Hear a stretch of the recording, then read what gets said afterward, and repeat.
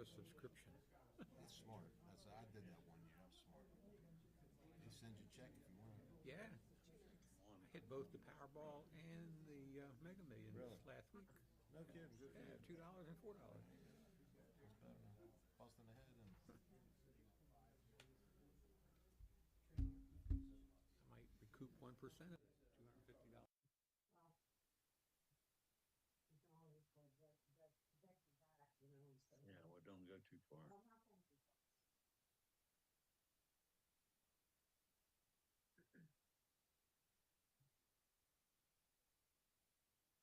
You see, you're on video right here, Yeah, right. and then you're open right here. Okay. So, I think that.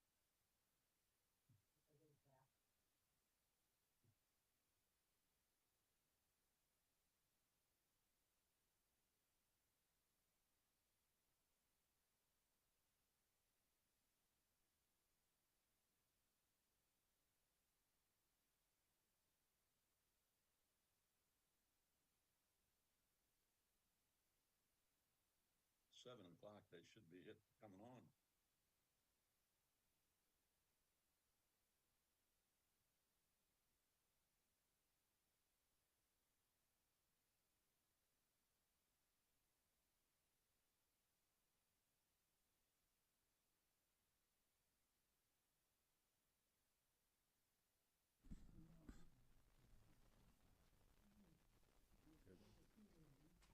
Recording in progress.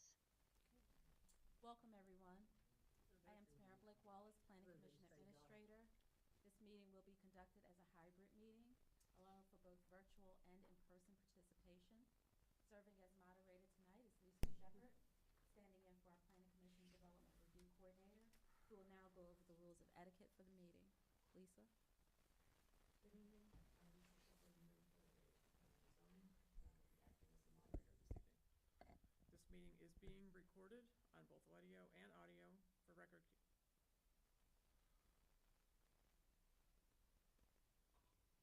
There's a Just a second, we're having audio. big picture, but there's nobody. Nothing here.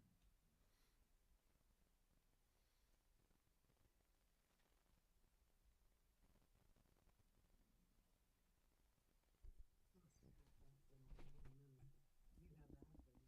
You got sound now? there you go.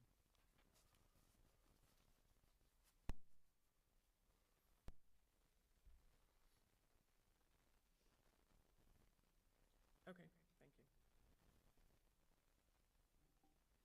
This meeting's being recorded for audio and video record-keeping purposes. For those attending virtually or on your phone, please keep yourself muted to ensure no interruptions to the meeting. If asked to speak and you are attending on your phone, you can mute and unmute yourself by pressing the phone's designated mute button or by pressing *6. If you're on a computer, you can mute and unmute yourself by clicking on the microphone or mute button on your computer on the toolbar at the bottom or left of their screen. You can also mute and unmute using keyboard shortcuts. For Windows, press Alt-A, and on a Mac, press Command-Shift-A. When questions or comments are requested of the public, those attending in person will be granted the opportunity to speak first, and those attending virtually will speak afterwards. If you're attending via phone and would like to ask a question or make a comment, when asked, use the raise hand function, *9, and you will be called upon in turn to identify yourself for the record and to speak. If you are attending virtually and would like to ask a question or make a comment, please go to the chat icon on your Zoom page and type your comment into that section. Finally, say your name every time you speak for the benefit of those calling in who cannot see you.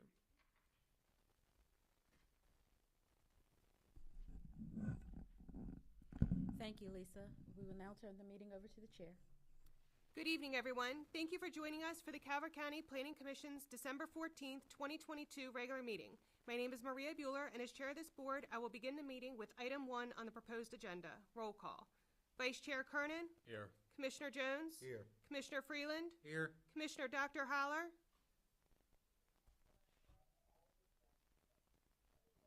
Dr. Holler, you're muted.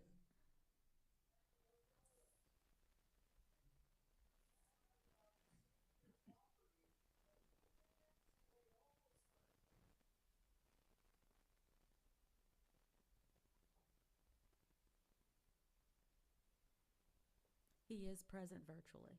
Okay, we'll come back to him. Commissioner Williams? Here. Commissioner Dr. Holler, can you hear us? He's still muted. I'll tell him. I can hear you now. Okay, great, thank you. If you could all please stand with me for the Pledge of Allegiance. I pledge allegiance to the flag of the United States of America and to the republic for which it stands, one nation, under God, indivisible, with liberty and justice for all.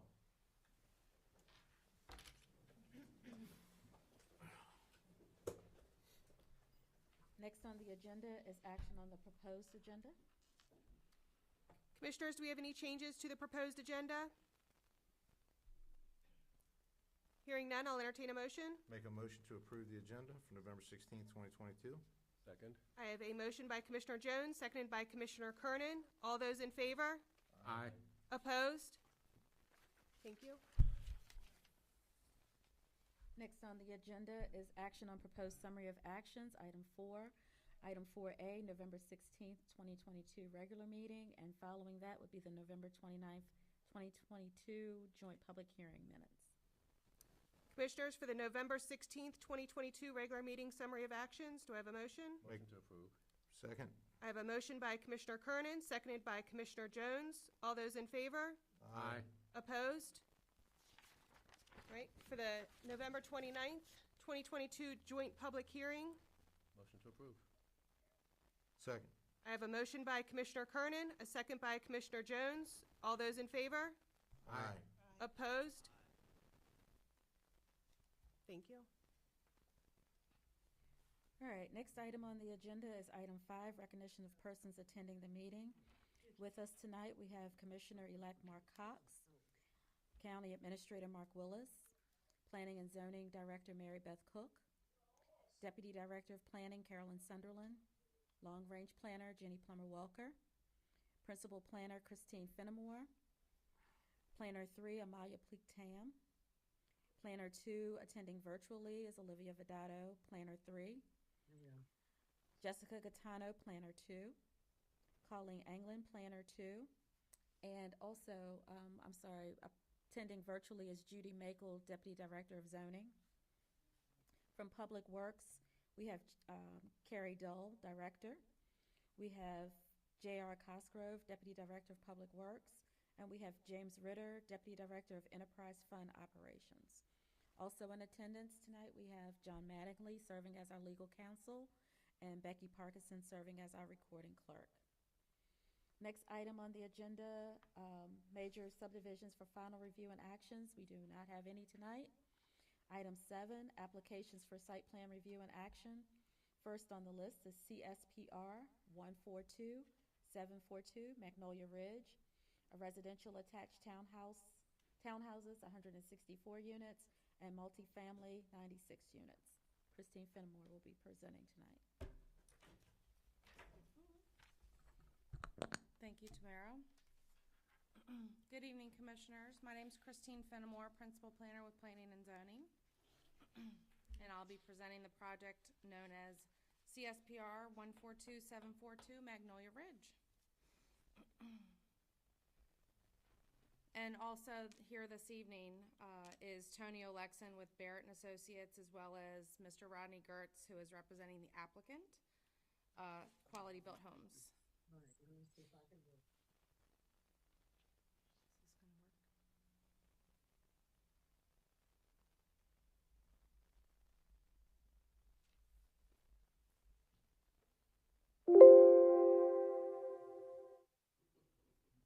Am I able to forward the slides? If not, can we advance the slide? Oh, that's the pointer. There we go. Sorry, folks. Here you will see a portion of the location map showing the property. We're in the Prince Frederick Town Center.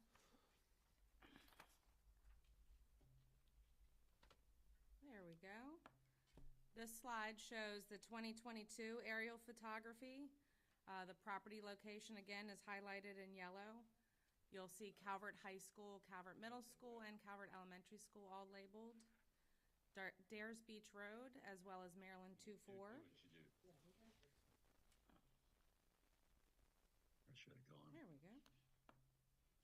This is a site plan exhibit for the project. I'll give a little bit of background. I don't want to spend too much time up here rambling. The Magnolia Ridge project is proposed residential community comprised of 260 total residential dwelling units, 164 of which are townhomes and 96 are multifamily between two buildings. And on the plan that you see in front of you, I don't think this pointer works. Most of the units are townhomes. You can see that the two multifamily buildings are on the left of the screen. I believe that's actually the west end of the property. They're like a brownish color. The others are yellow. Those are the townhouse units.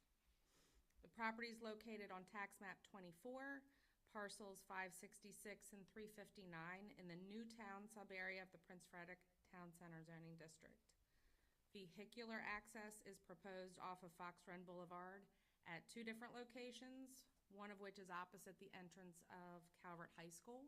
You can see that again on the plan. Calvert High School is at the top, and one of the entrances is opposite the entrance to Calvert High School. The other is a little further to the left, further down Fox Run Boulevard. Fox Run Boulevard is built up to a point just past the water tower, which you can see the blue roof of that water tower, and then there's a portion of Fox Run Boulevard that is not built yet. So just a little bit about the plan review process. The conceptual site plan was accepted for review by the Technical Evaluation Group, also known as TEG, in October of 2021. Plan number 2 was submitted for review in February of this year. Plan number 3 was received for review in July 2022. The applicant has recently requested a 1-year extension of time in accordance with Section 4-2 of the zoning ordinance in order to keep the conceptual site plan submittal current. That's the girl explaining. The conceptual site plan has been reviewed by TEG for basic compliance with the comprehensive plan, the zoning ordinance, the Prince Frederick zoning ordinance, and all other applicable ordinances, including but not limited to items such as land use, property and setbacks, access and vehicular flow, pedestrian access, parking requirements, open space and recreational facility requirements. The open space requirements, for example, 0.05 acres are required per unit for a total of 12.58 acres for this project. Recreational facilities include things like active recreation, play fields, mini parks, paved area. There is a chart in the staff report that outlines exactly what the requirements are and what is proposed. The indoor community space is also a portion of those recreational requirements. It's 10 square feet per unit. If you multiply that by 260, you get 2,600, and they're proposing just over that in an indoor community space. A separate site plan would be required for that facility. Conceptual level detail is also reviewed at this stage for things like landscaping and lighting. Requirements are also reviewed at this stage, meaning conceptual site plan stage, for topics such as adequate public facilities, roads and schools, water and sewer design, environmental regulations, forest conservation requirements, stormwater management. Architectural review and approval is required since the project is located in the Prince Frederick Town Center, which brings me to the next slide. There are some building elevations as well as typical townhouse lots included there's 3 different townhouse types. Clarendon is on this slide. Sorry, the term was escaping me. The next is called Strauss, and again, it's typical elevations with a typical lot layout with dimensions included. Those are on the plans. They're also included in the staff report. As well as the third is called Caroline.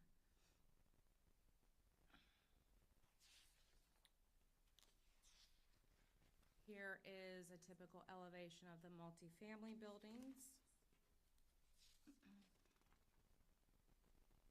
Those don't have a fancy name. They're just multifamily buildings. Couple things that I wanted to draw your attention to. While it's in the staff report, I'll bring it up separately here. The applicant has received variances with conditions from the Calvert County Road Ordinance for alternative standards for roadways, standard sections, and T turnarounds. Which brings me to a interesting dilemma. Setbacks for townhouse lots. The proposed layout does not include public or private road rights-of-way. So determining the setbacks for townhouse lots has presented staff, me, with the need to take a more creative approach. And here is what was proposed by the design engineer. And we are looking for planning commission concurrence. They are proposing, and it may be a better detail on the next sheet. I did include that just in case. 23-foot setback was applied from the property lines that provide driveway access to individual garages. A 20-foot setback was applied to property lines opposite the garage or the front of the townhouse. And 5-foot setbacks were applied to the side property line for end unit townhouses.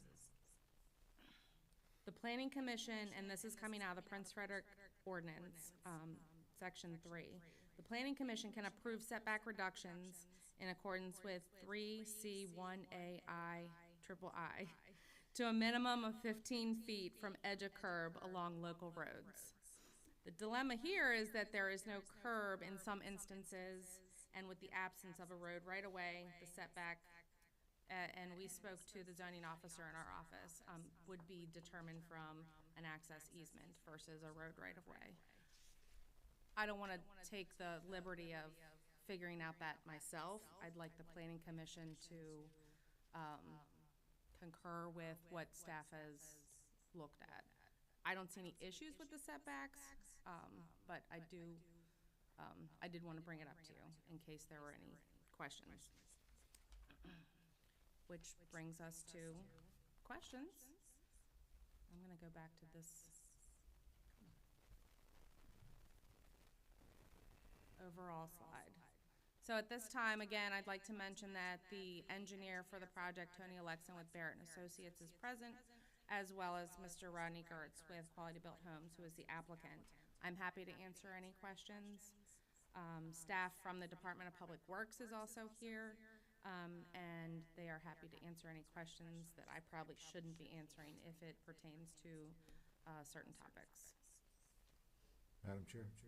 Yes, sir. So several months ago, I sat in this room and folks talked about pipelines that were being built from Prince Frederick to Solomons to transport sewage. People were waving their fingers around, and we heard a lot of talk about the backed up sewage that was occurring in Calvert County. Now, that has since been walked back. Can you hear me? Can you hear me? No, yeah. Now, that has since been walked back. And I understand that. How does this project affect the sewer system in Prince Frederick? It's a good thing that we have Public Works, Water, and Sewer staff here to answer that. Sir?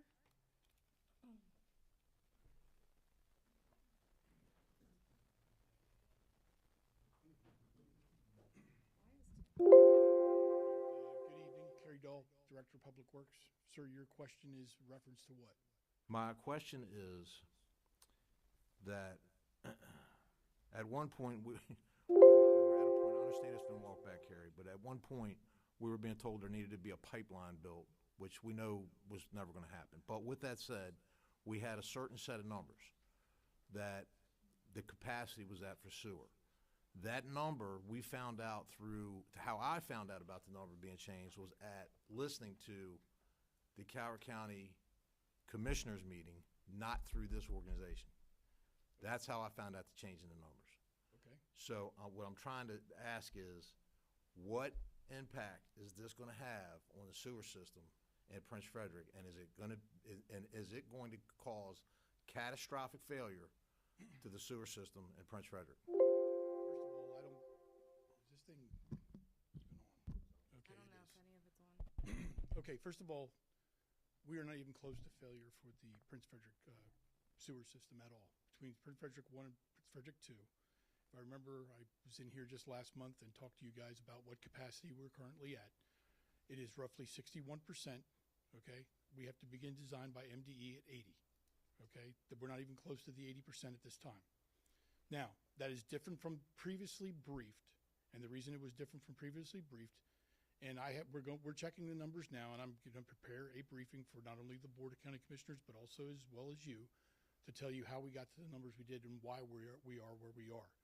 Based on what I said before the last time we met, is that we just believe that people went back to work. And we have numbers that reinforce that correlates with the water numbers that we used, as well as the sewage that is being produced off of the water that's being used, that actually shows a reduction in the amount of sewer that is actually being produced, okay? So when we take this development here, we will establish a public works agreement and then assign those EDUs to we'll say the Prince Frederick model. And I would have to go back and re-look at those numbers right now, because I don't necessarily know exactly how many EDUs is actually allocated for this, because I did not come prepared to talk about that this evening. But it is well below what our current threshold is, even for the 80%. And remember, the 80% is a 3-year running average before we actually are forced into design by MDE. And we are currently already making that plan to redesign the plant, Prince Frederick 1, to an upgraded system. So we are currently in a good position, and we're positioning ourselves for even a better position down the road to actually handle additional capacity. And we're nowhere near of coming to any type of failure or anything like that as far as the system goes. And Mr. Dahl, this is not a shot at you. I don't want you to feel like that, because it's not. But let's go back in time. The initial comment was it was failing, right? That's what the statement, and it was a misstatement, right?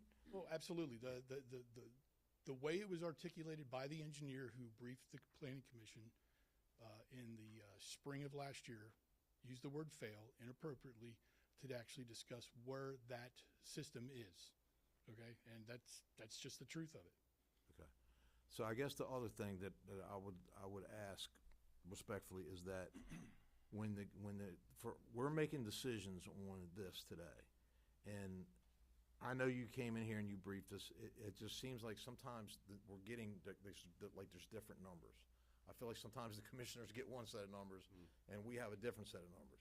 And I've just asked that we all try to get the same numbers so that we're making the same decision. So I'll leave it at that for what that. I will go on record, come brief everybody at this meeting here. Yes, sir. I'll brief the commissioners. I'll show you the same thing that I'm briefing them, and I will even sit down with you individually and tell you how we got to those numbers. Okay.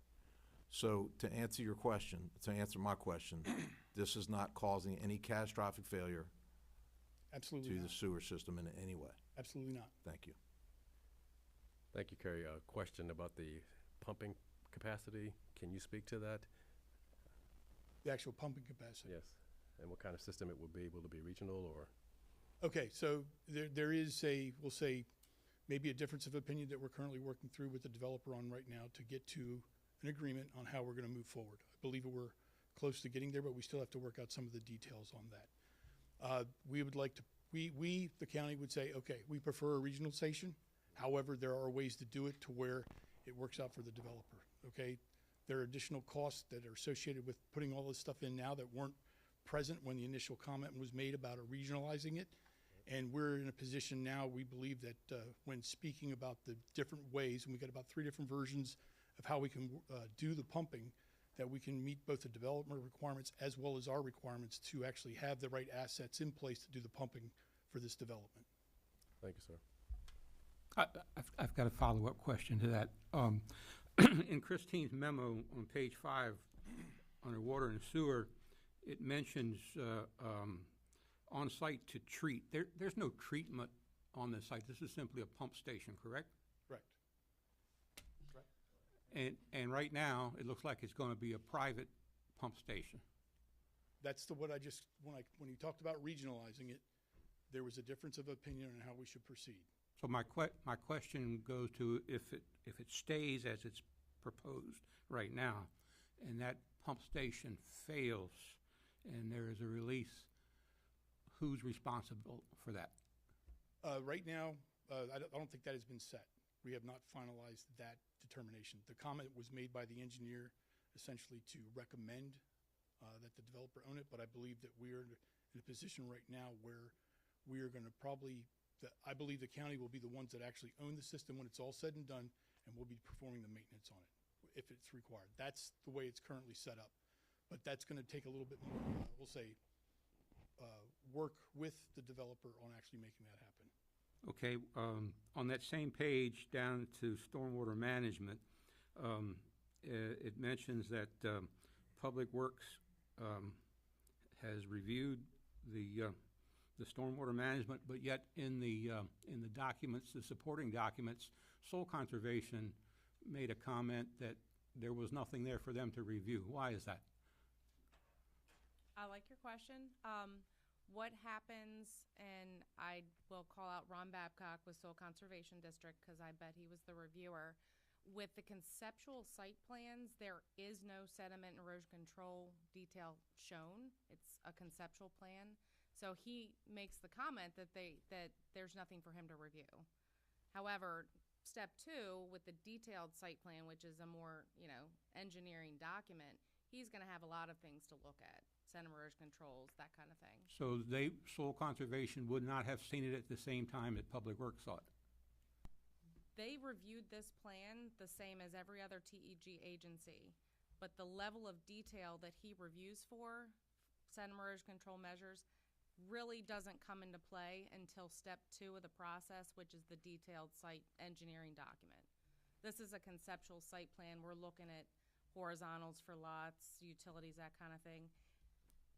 He makes the comment that there's nothing for him to review. There's probably a different way he could word that, but he's not wrong. And it's a good question. I have pointed that out to Ron before. And JR is backing you up. Is he grinning or is he laughing? Yes. He looks really mad. J.R. Cosgrove, Deputy Director of Public Works. What Chris has said is correct. It's conceptual. There's no erosion sediment control design at all at this point, so there's really nothing for soil conservation to review because they do not get into the weeds of reviewing stormwater management. That's more on Public Works. So, like she said, there probably could be a better way for them to word his response, but that's why. Got it. One last question. The other documents, supporting documents, a lot of them appear to be comments from either Plan 1, Plan 2, or maybe Plan 3. Some of them you can't figure out which one of the plans they're commenting on. I mean, for instance, the MDOT plan talked about 400 and some dwelling units. And I assume that was an earlier plan? So the first part of your question goes to just the organization of the staff review comments. And it's not me, I'm not the computer person, but what we're working on in the department is standardizing things like reviewer comment, plugging into a software system, and then disseminating it out in a way that is legible. This is what we're getting with the absence of a human actually doing all of these things by hand. It is confusing, and I wrote comments, Wilson, that are in there.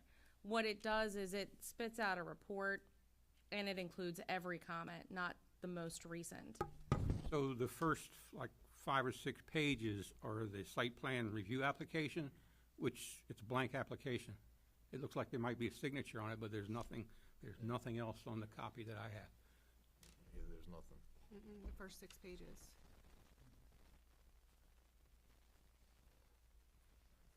Oh, I have. The site plan review application 1 through 6? Mm-hmm. Yeah, What I have is completed. yeah, they're all blank on ours. Oh, well, that's not good. So maybe there should be somebody reviewing after the computer puts it all together. But I printed this off of, I don't disagree with you that culminating all of the review comments could work a little better. It used to be done by hand. People would draft a memo in Word, save it to PDF, and email it to someone in our department. That takes a lot more time. The computer can do things if you set it up correctly, and we're in the process of making that work for this type of an application. We've made it work for simpler applications that don't come before the Planning Commission. But I don't disagree with you that there is work to be done. You know, standardizing a process will make us more efficient. Yeah, we are working with our our TS department to get those corrected. So you will see some changes in the near future on the But comments. I don't understand why the application is blank. I don't know. Mine is The only blank, thing on but- there looks like a signature, and you can't tell who it is. Yeah. We'll look into why that happened, but it does show on the information does show on my copy also. So we will double check that. And you had, I was gonna say, I can give up mine. You had another, like plan, or part B of your question. It just referred back to whether the comments are for which plan that was submitted. The MDOT comments, for example, and this I may need to dip out of and have JR answer it, but they were looking at something that was more than just this project, because I believe a traffic study was done for a couple different things at one time. Commissioner Williams also has a question. We can't hear her right now. I'm gonna go back one slide. Lisa, hold on just a moment. We can't hear you.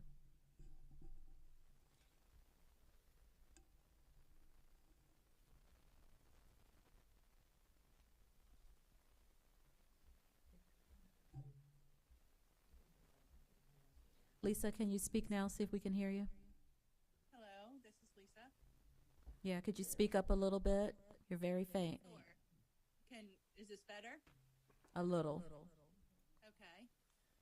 I can see the first 6 pages. It is completed on the agenda online. Okay. So I'm not sure if you printed it out or what everyone's looking at there live. But I did have a question for Carrie Dahl. In regards to the EDUs, have the EDUs been allocated for the Magnolia project? If you couldn't hear it, Carrie, have EDUs been allocated? They have not been allocated yet. They will be allocated once the public works agreement is completed with the developer. That's the only time that they actually get allocated. Thank you for that clarification. Have anything else, Commissioner Williams? That'll do it. Thank you. Thank you. Christine, did I understand that a traffic study was done? Yes. So anytime a project proposal, whether it's one lot or 70 or they have to meet certain requirements for traffic, whether it's they're exempt because they don't trigger the number of trips, or they have to do a traffic impact analysis, traffic study. Yes, one was submitted. It gets submitted to Public Works. It comes through our office. I am not the reviewer. So someone from Public Works can probably speak to specifics. Here comes JR. Okay. Thank you. Jared Cosgrove, Deputy Director of Public Works. So traffic study was done. We did review it in-house. Was approved with conditions about Fox Run Boulevard being constructed, because within the traffic study assumed Fox Run Boulevard would be connected from Dares Beach Road to Chesapeake Boulevard. And who's paying for that? We are currently working with the developer on a memorandum of understanding to work out the cost share options. It was set up, Fox Run Boulevard was set up as a capital project years ago. So that's why we're working on a memorandum of understanding for cost share options. Thank you, sir. You're welcome. And for planning commissioners and anyone in the audience, the slide on the screen that I am very excited that I could go back to, if you look at Fox Run Boulevard, it goes across the top of the project, just past the water tower. That's where the road is no longer existing. It is shown as going through, but the intersection on the left side of the screen is built. That is the access back to the middle school. And if you've ever been out there, there's a road, that just stops. And then Fox Run Boulevard intersects with Dares Beach Road on the right side of the screen, just in front of Calvert High School. But it is only built to a certain point. So has the removal of the fill material started for Fox Run?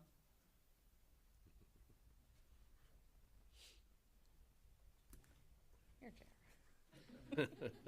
JR, Deputy Director of Public Works. No, it has not. We have not activated that permit yet. And has the design for the final Fox Run been completed? We're somewhere probably around 50, 60% on the design of the road with the applicant. So what do you see a time frame? Well, the road plan needs to be, Fox Run Boulevard needs to be approved and bonded prior to site plan approval, because that is one of the conditions based on the approval of the traffic study. So it kind of falls more on the developer at this point when they're going to wrap up all the plans. So it's, I guess, how soon does Bargo want to construct townhomes, more or less. So it's kind of on their time frame at this point. As far as the grading permit, we're just working through some details before we actually pull the permit and make sure we have a home for the soil material before we start going in there.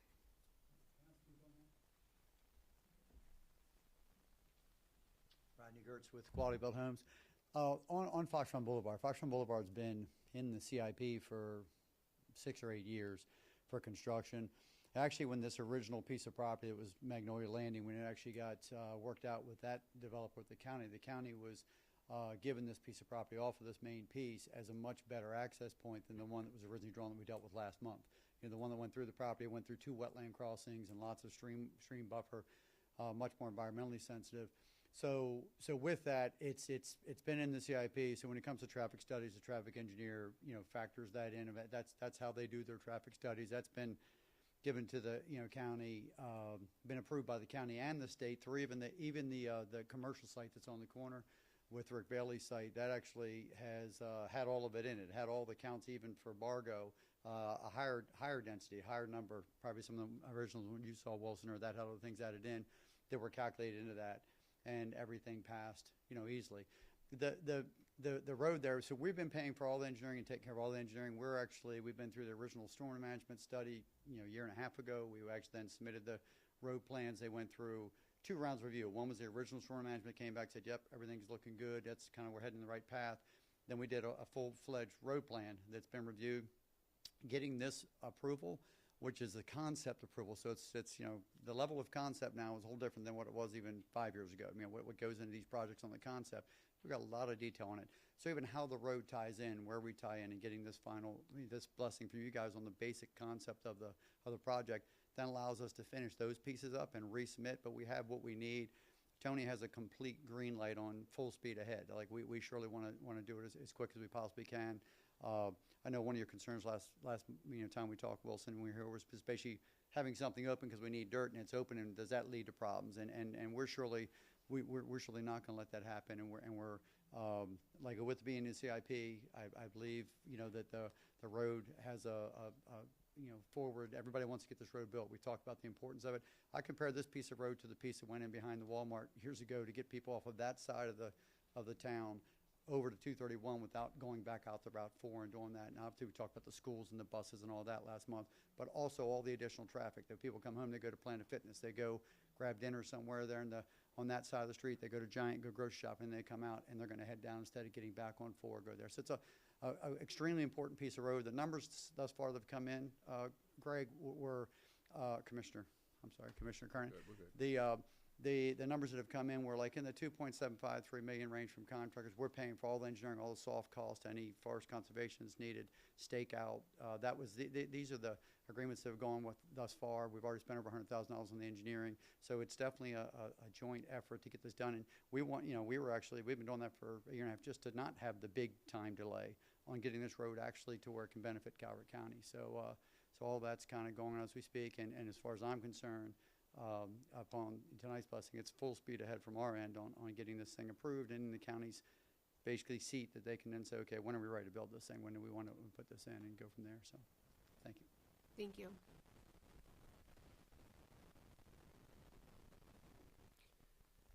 No more questions from me. Commissioners, any other questions or comments? Wait a minute. Switch gears. Talk about monument trees, specimen trees, calculations, please, someone. Thank you. Which is why I asked Colleen England to be here, just in case. And I didn't want to glaze. I wanted to summarize the staff report, which is a summary of a lot of county staff time and effort reviewing plans thus far. If you have a specific question, please ask away. Colleen has reviewed the plan twice, and she also, as the environmental reviewer, reviews the forest stand delineation and forest conservation plan, which goes with this step of a development project. Continue. Your question, Colleen England, environmental planner with the county. Your question was monument and specimen trees and numbers. Yes, please.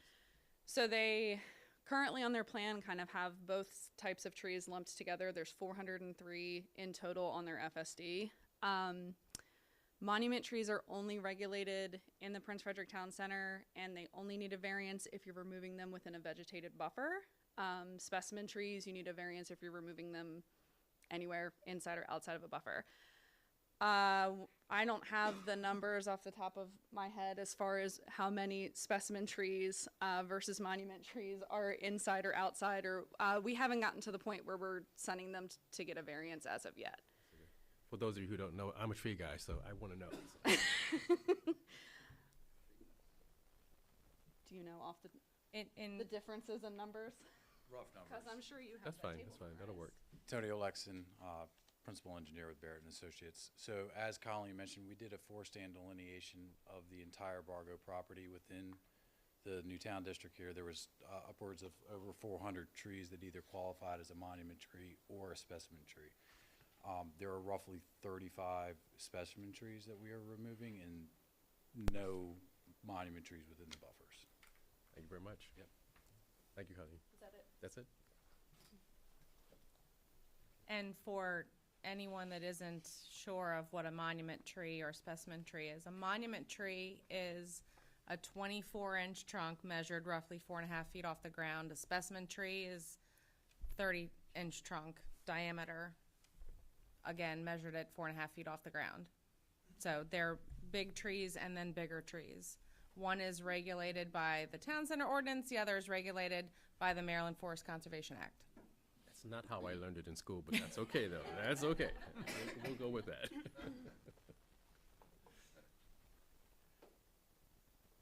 So, are there any other questions? Well, yeah, Yes, sir. one quick question regarding the setbacks. You use the term local roads. Does that apply to private and public? So the Town Center Ordinance doesn't exactly say, which is kind of why I brought that out and spoke to it separately. Again, the Town Center Ordinance speaks to setbacks being measured either from a road right-of-way or a curb. If there isn't one or the other, what do you measure it from? Our zoning officer, we all put our heads together and said with the absence of those, it makes sense that it would be measured from an access easement, if that is what the road is covered under. And I don't know how else you do a road unless it's under a public right-of-way, a private right-of-way, or some sort of access easement. So there is a solution for the setbacks. It's just not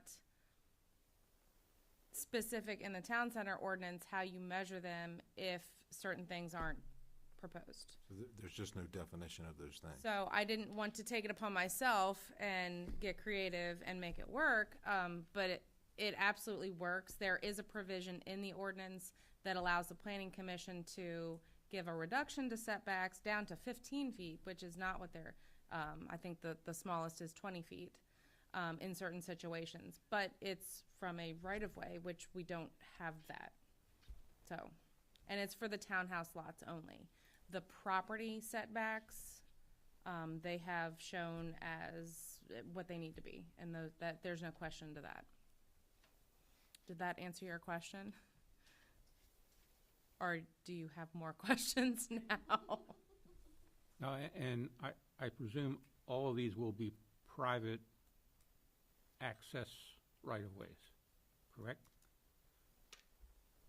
I don't want to ask JR to come up to the microphone again, but with the plans that have been presented to us thus far, I think that's what's going to happen, but I'm not 100% sure. JR, Public Works. As of right now, they are proposing private right-of-ways, access easements, and that's how Public Works would like to see them, as private. We don't want to take ownership of the roads.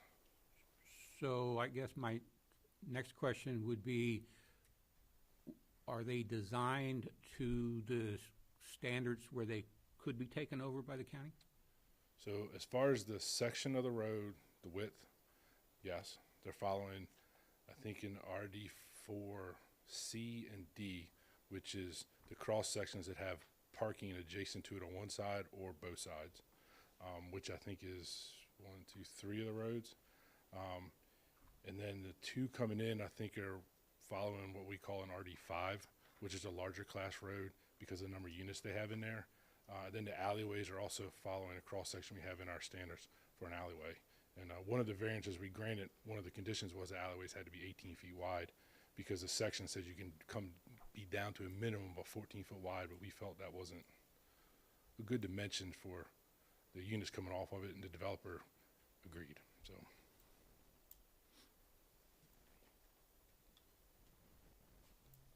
And he backs away slowly. You see that, don't you? Commissioners, any further discussion? Did we have anyone from the public that wanted to speak on this item?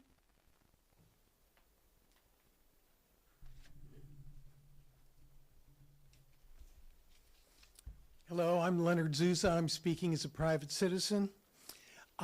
As I did research on today's hearing, I came across the fact that Mary Beth Cook has reported that she's requested from the state that it update its highway transportation study. And as far as I'm aware, no action has been taken. The last study was done in 2007. And and I'm looking at a table that was included in the documents that you provided for this particular meeting. And the last time the Public Works study was updated was April 7th, 2022. Given that, and given the fact that the APFOs for roads has been revised significantly on the basis of your deliberations and the deliberations of the county commissioners, I would like to request that you all take another look at the highway study that was done, the transportation, the TIA, because you were being asked, and the public is being asked to understand this proposal without current, adequate, accurate data with which to evaluate the impact on roads. And at the last meeting of the county commissioners, when they were reviewing this, President Buddy Hance spoke very strongly about the need to limit congestion to no worse a level than C, even in the town center areas. So while I appreciate the fact that virtually every one of you has asked good questions during this meeting, more good questions need to be asked, and I encourage you to insist that the highway study be updated to include the latest APFO information, as well as a state report that will be current on the traffic out on routes 2 and 4. Thank you. Thank you.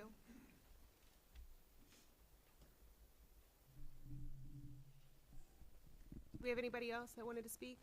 There are no hands raised. No hands raised.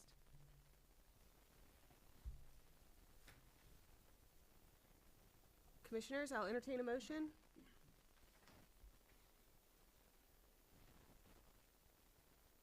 Madam Chair, motion to accept the setback requirements. Find concurrence with staff's With, yes, review. in concurrence with staff's review, not recommendation, but review. Is that one motion? Yes. Second. Okay, I have a motion by Commissioner Freeland and a second by Commissioner Jones. All those in favor? Aye. Opposed? Motion carries. In the staff report, towards the very end, is the section,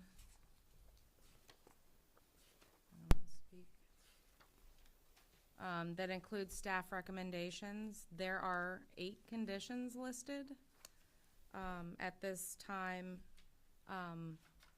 you can take a couple different next steps, including approval with staff recommended conditions. You could approve with modification to our conditions, deferral or denial.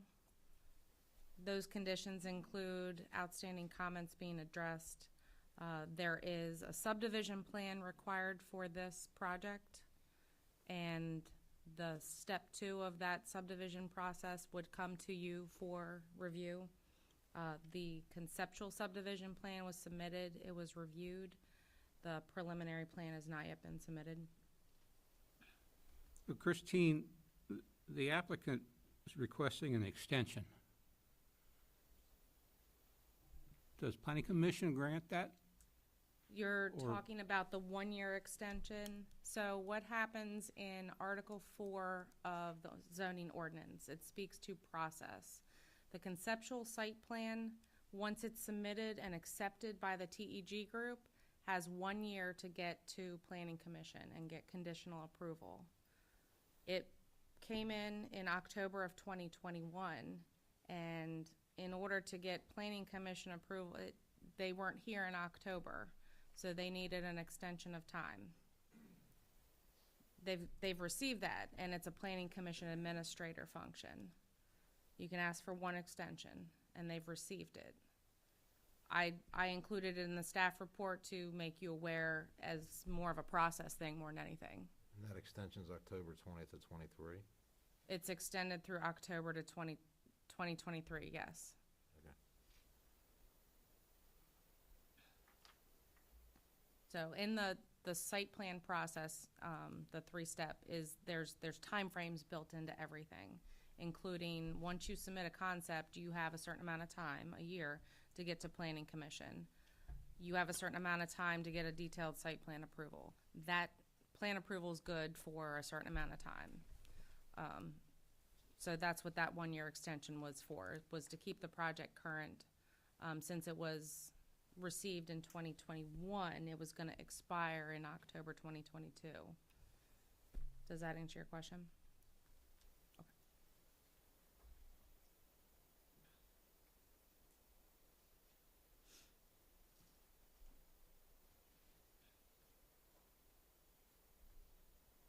So what do we need now? You need an approval for the site plan? I'm sorry. An approval for, subject to the following conditions is listed, all 8. And you could certainly modify the conditions, I'm sorry, Madam Chair, or accept the 8 recommended by staff. So what outstanding information is there that we have not seen? There's a couple instances where Department of Public Works is in review of some of that information, but they've not commented on it.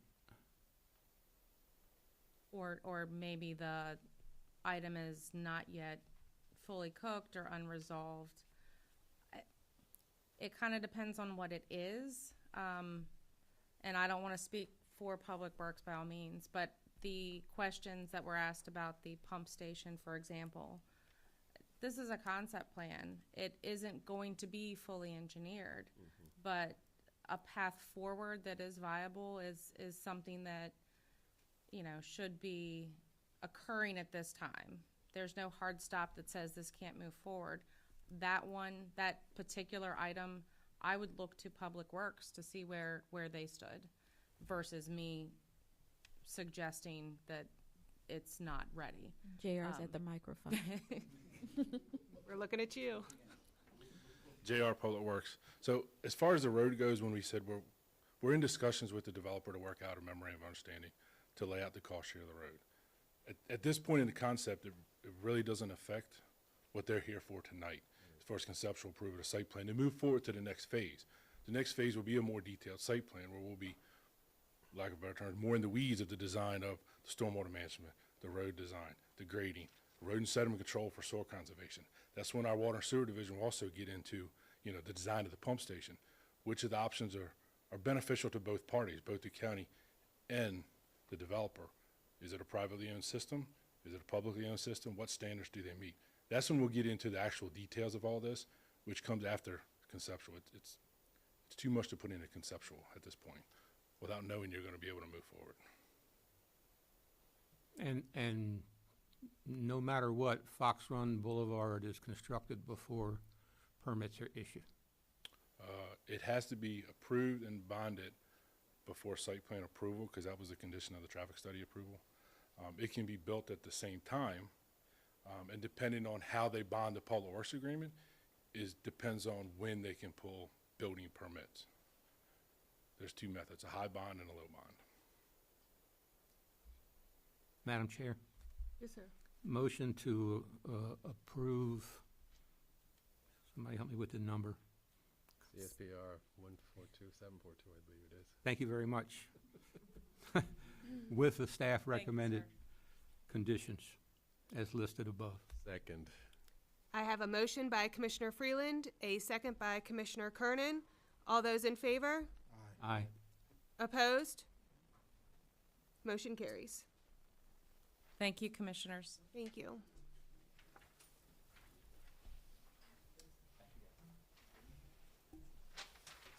Hey, Christine. Dr. Holler, just to remind you to unmute your microphone when voting.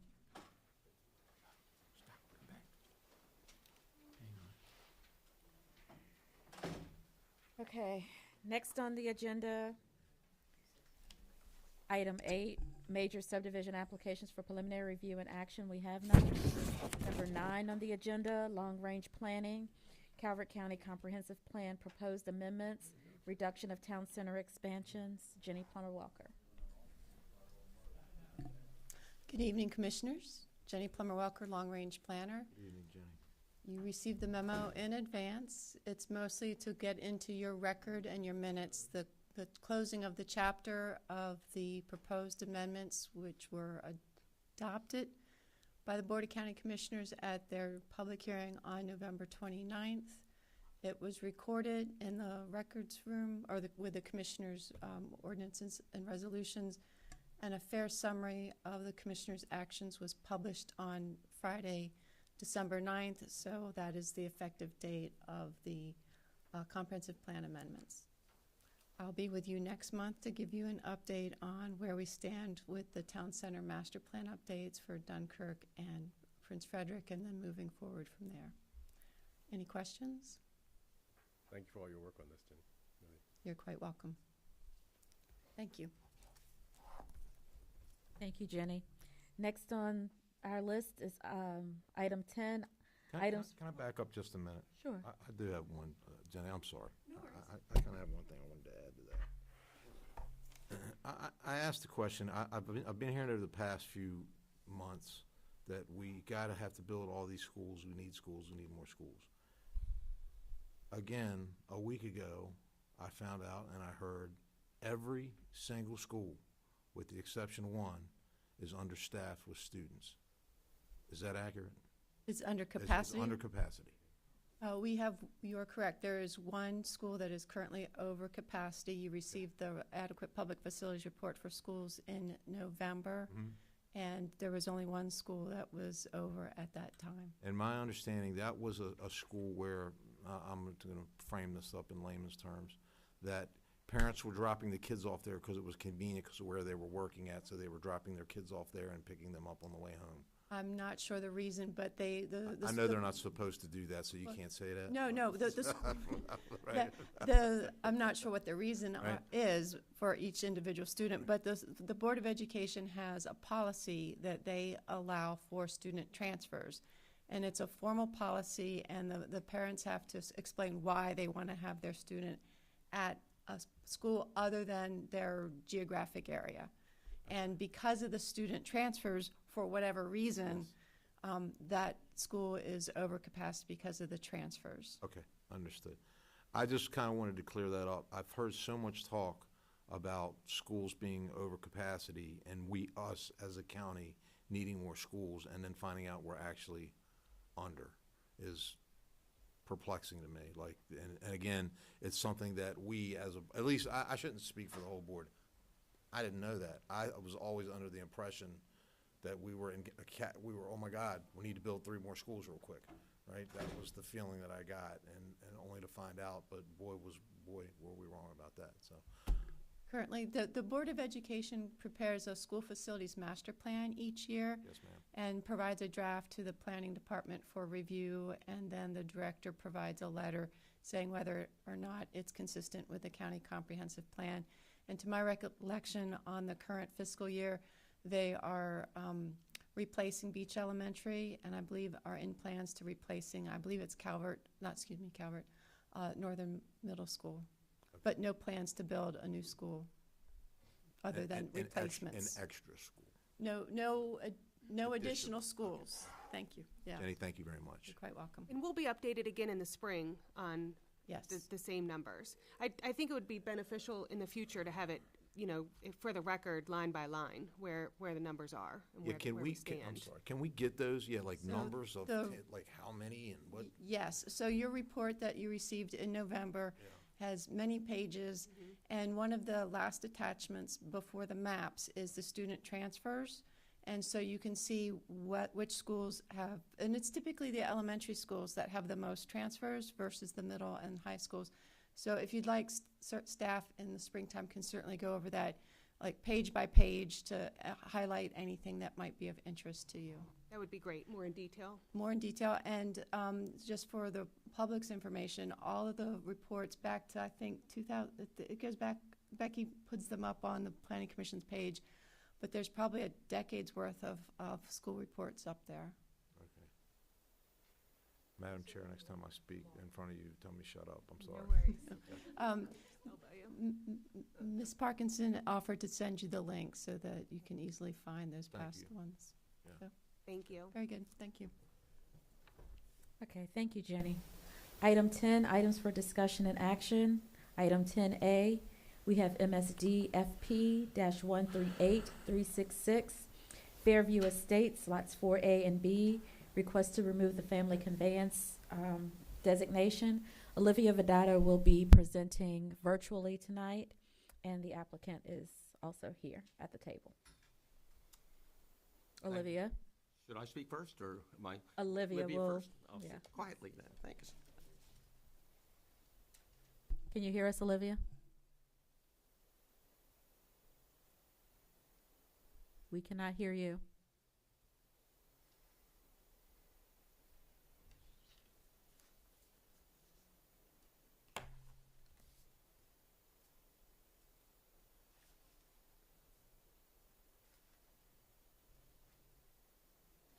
Can you hear us, Olivia?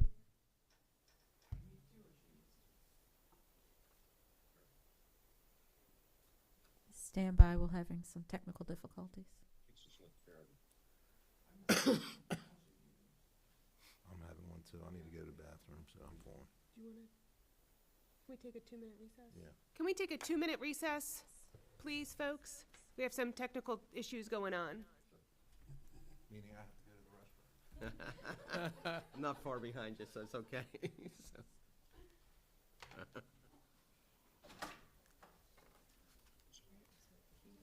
That's right.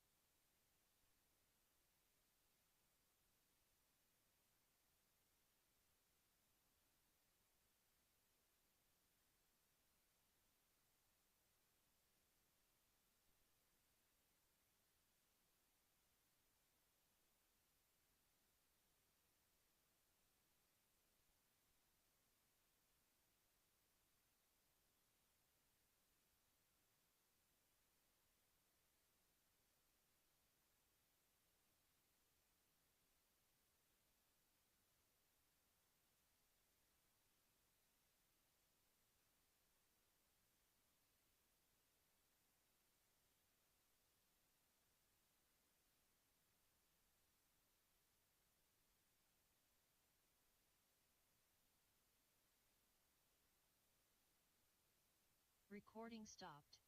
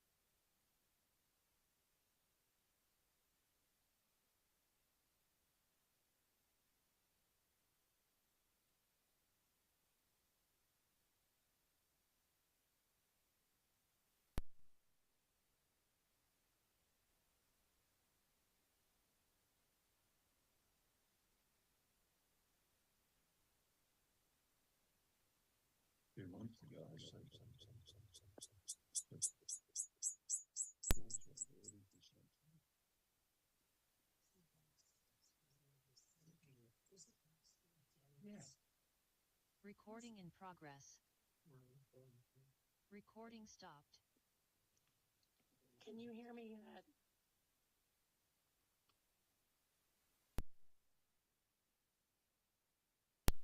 Can you hear me?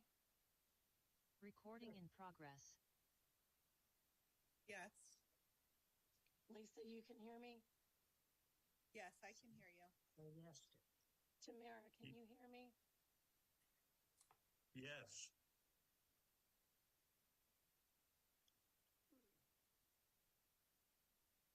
Okay, Lisa and Tamara, can you hear me? It's Olivia. Yes, Olivia, this is Lisa. I can hear you. What about Lisa Shepherd that is recording? Can she hear me?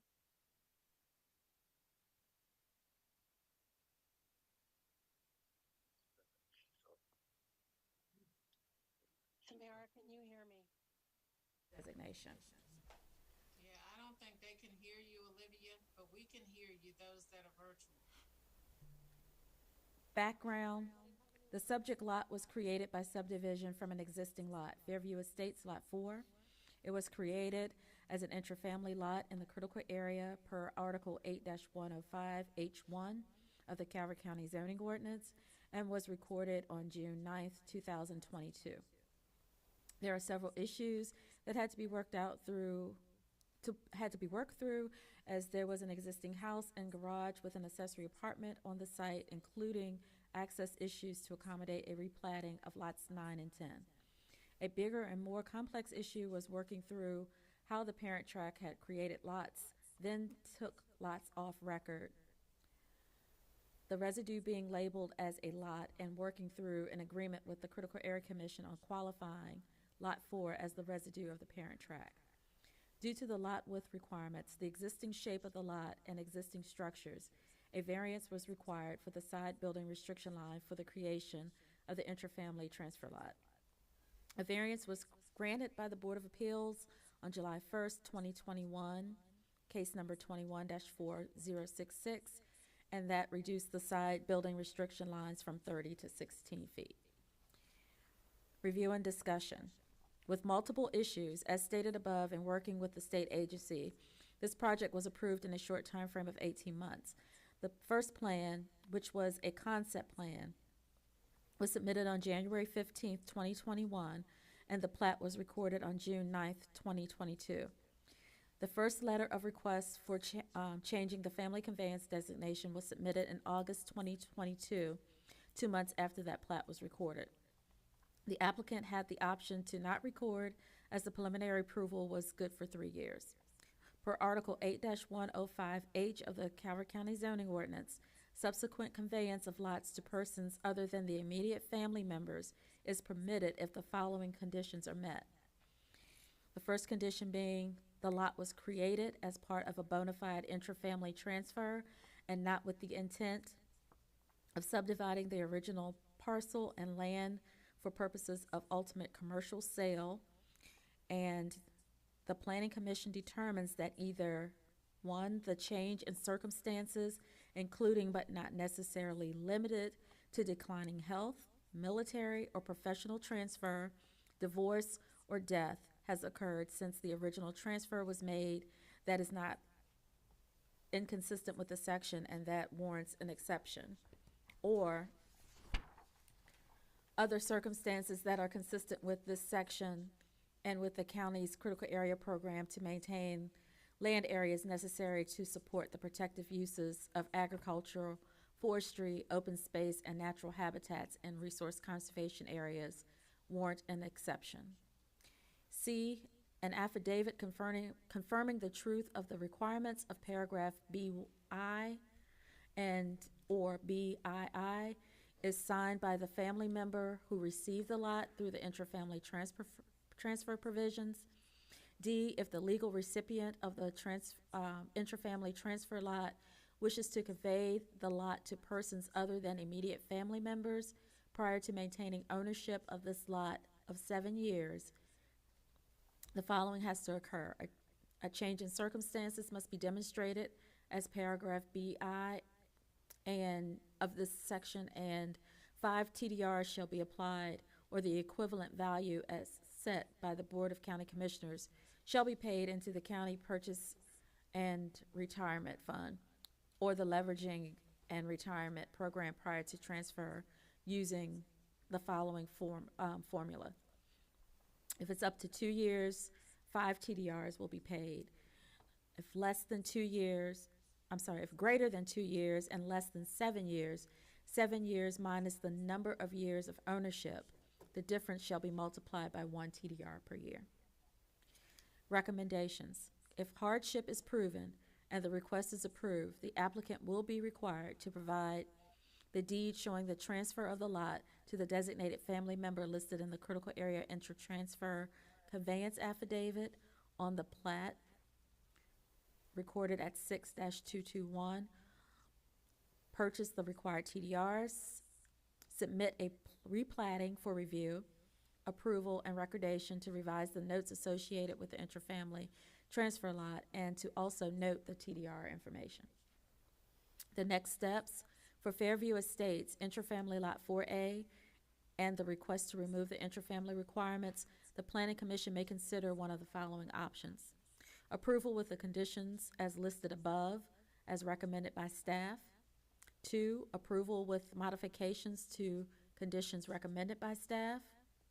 Deferral if the Planning Commission requires additional information prior to action.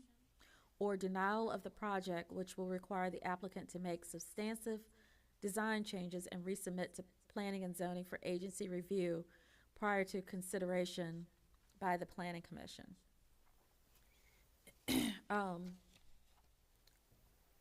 We also note that if you make changes tonight to this plat, it does not necessarily constitute that the Critical Area Commission will go along with those changes.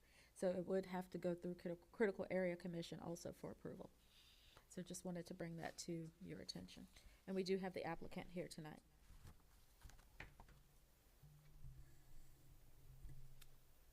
May I speak? Yes, you may. Thank you very much, and particularly Ms. Blake Wallace for your help in this process. Madam Chairman, members of the commission, thank you. I'm a little less complicated than this, but still it's a complicated issue, and I appreciate your time on this. We're approaching the commission today in regards to a change in the status surrounding a recent interfamily transfer. It's not my desire to be here. It's not the most inexpensive approach to family issues, but we have 4 children. 3 are located elsewhere with families and homes. We had 1 son who has left and we thought might have the capacity of continuing on at the farm. He spent, oh, I'm so sorry, Charles Andre, my apology. But he spent a year here working at Walmart as a cashier, trying to find a job. He was a recent graduate of Tulane University in English and then Columbia University. So he wanted to do something different.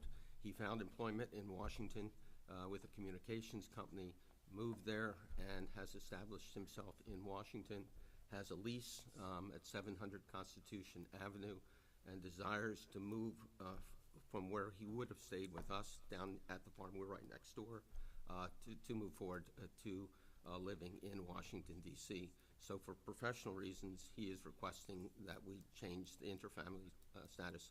And so we know that we have to go through a number of steps, as Ms. Blake Wallace has suggested. So you're not the applicant, you're not the applicant of this? I'm the father of. It's my son, yes. And we have a certified letter from him before you, sir. Can I ask a few questions? So a couple of questions. Sure. One, how long has your son worked at Future Tech? He worked at Future Tech for 6 months and now is working for Red Edge, another communications company. Okay, and where is that located? That is in Arlington, Virginia. Okay. Are all 4 of the lots along the Bayfront family conveyance lots? We have a lot that we've divided in half, so there'll be 2 there. And so they're the only 2 lots in discussion tonight. The property with an address of 4459 appears to have their only access is across lot 4A. Has that been resolved? That has been resolved. There is now a permit that allows them to transfer across.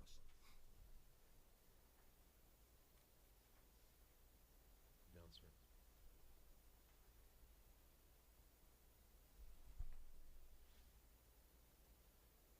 You done, sir?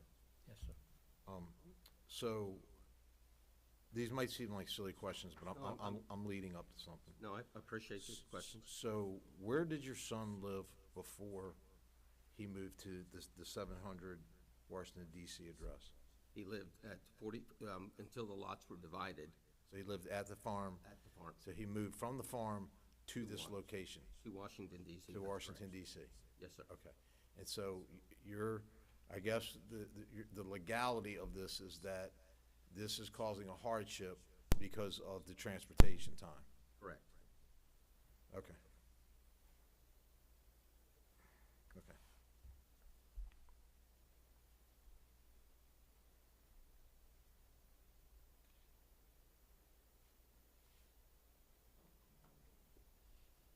We do have a hand raised when it comes time to do comments. Okay. Commissioners, further discussion at this time? Would you like to go ahead and unmute them, please?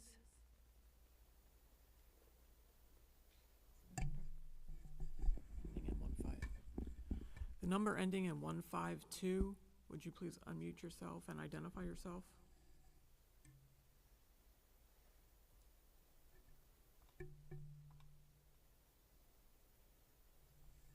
Speaker, are you there? Hand is still up. Can you hear me now? Yes, if you speak a little louder. Yes, this is Ron Marney with Calvert County. I'm the environmental planning regulator. Hold on, Ron. We'll try to turn your speaker, see if that helps.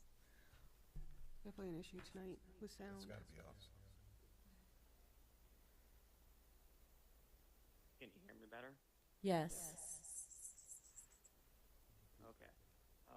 I was just going to inform you that I was available if you had any more specific questions regarding temporary regulations. I was also going to point out, and something that I would hope would be addressed as part of any approval process, when the initial subdivision was done, a bond was required because they had 63,777 square foot of mitigation plantings that were required. The bond was paid on April 4th of this year, and per the bond agreement, the plantings were due to be installed no later than October 31st, 2022. That has not occurred yet and must be addressed. That was Ron Marney. He's a planner in our office, environmental planner. Somebody has a question. Is Olivia still online? Olivia, can you hear us? Can you unmute? Can hear you. Can you all hear me now? Yes. So first, let me just apologize for the technical difficulties, and I also apologize that I sound like a squeaky toy tonight. That's why I'm not there. So I appreciate the opportunity to be here online, even if Tamara, thank you for reading the presentation. So what Ron is talking about has to do with the critical area requirements, and that can be part of the condition when the replatting comes in, if this is approved, that the bond either has to be extended and a planting date approved by the environmental reviewer, which could take place prior to the recording of that replatting. Olivia, I have a legal question. Under H4, doesn't the applicant have to submit an affidavit? We did. Do we have that? Yes, we do. Okay. I don't see an affidavit.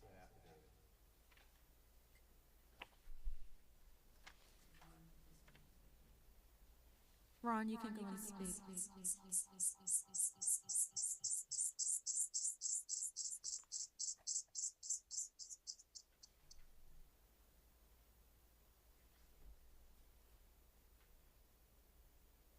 Ron, you have to unmute.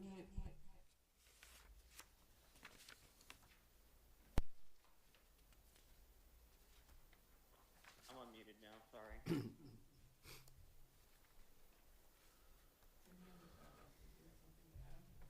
Did you have any questions for me?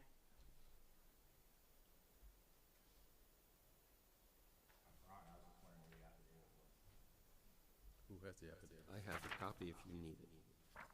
Is the affidavit your letter? My son's letter, yes. But that's not enough. No, Affidavit has to be signed under penalties of perjury. it was. There was, Copy of the affidavit should be in the subdivision file. Carolyn has some information. I did not see it.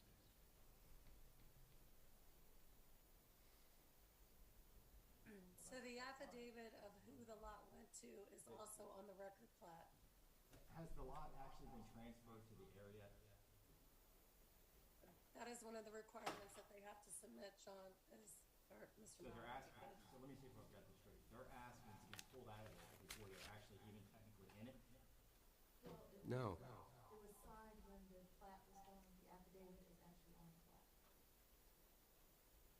The affidavit, excuse me, Carolyn Sanderson, Deputy Director, the affidavit on the final plat simply says that the current owner, the creator of the lot, That's not the question you're asking, is it? transfer ownership to the designated heir.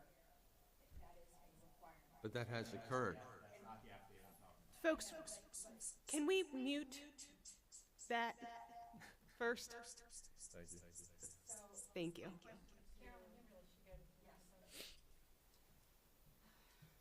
My apologies. My question to the attorney was, who has the land rights here? Because the requirement for a family conveyance is that it must be transferred from the grantor to the grantee. It has not. So it has not been transferred to your son, correct? As No, of yet. it has. It has, okay. Yeah, it's been recorded. No, not the plat, the actual deed of ownership. Okay. Has the deed of ownership been recorded that transfers the I don't know ownership that and answer. rights to him? Yeah. And the only reason I bring these No, two good questions questions. up That's is fine, yeah. the standing to actually be in front of the planning commission requires those two things. We're working with Jeff Toole and COA, and we don't. And Ms. Blake Wallace, were you aware that we're not in compliance? It's not that you aren't in compliance, it's Oh. just have all the steps Okay. to make this right for us Fair from enough. here. Because from here, you still have to go to critical area.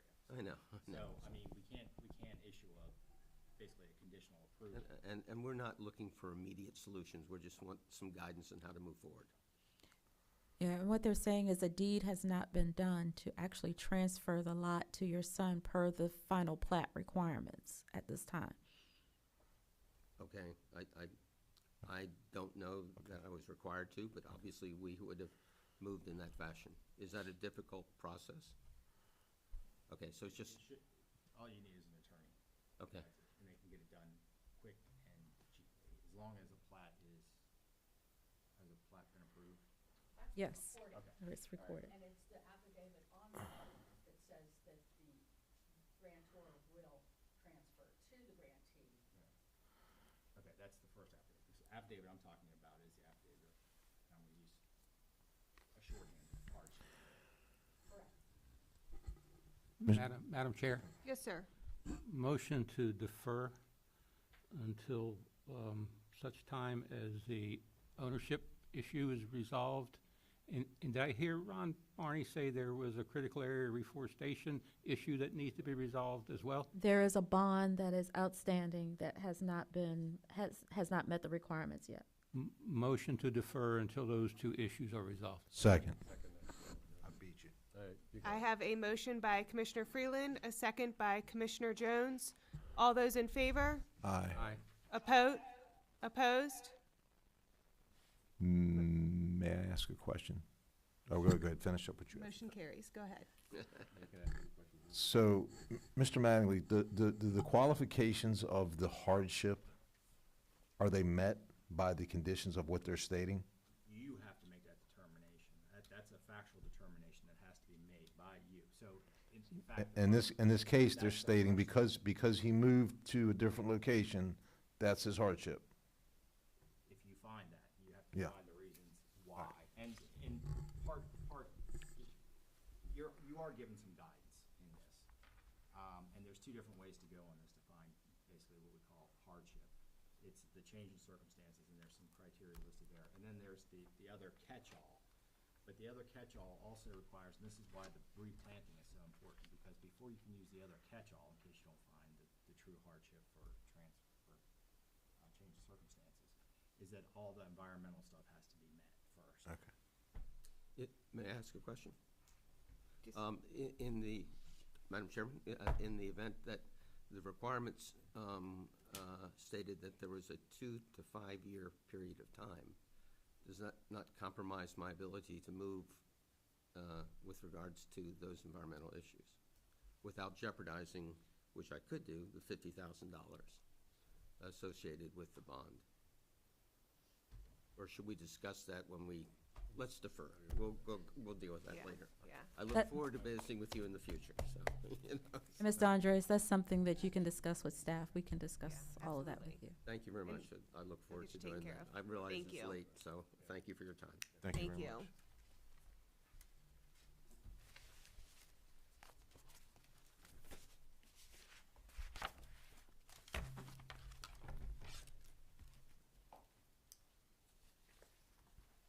All right, thank you. Next item on our agenda for tonight is, I'm sorry. Items of interest, item 11A, site plan and subdivision application list. Are there any questions or discussion? No.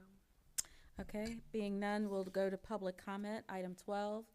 At this time, we will open the meeting up for public comment according to Calvert County Ordinance number 51-21. The Planning Commission Chair will first request comments from those attending in person and then those attending virtually.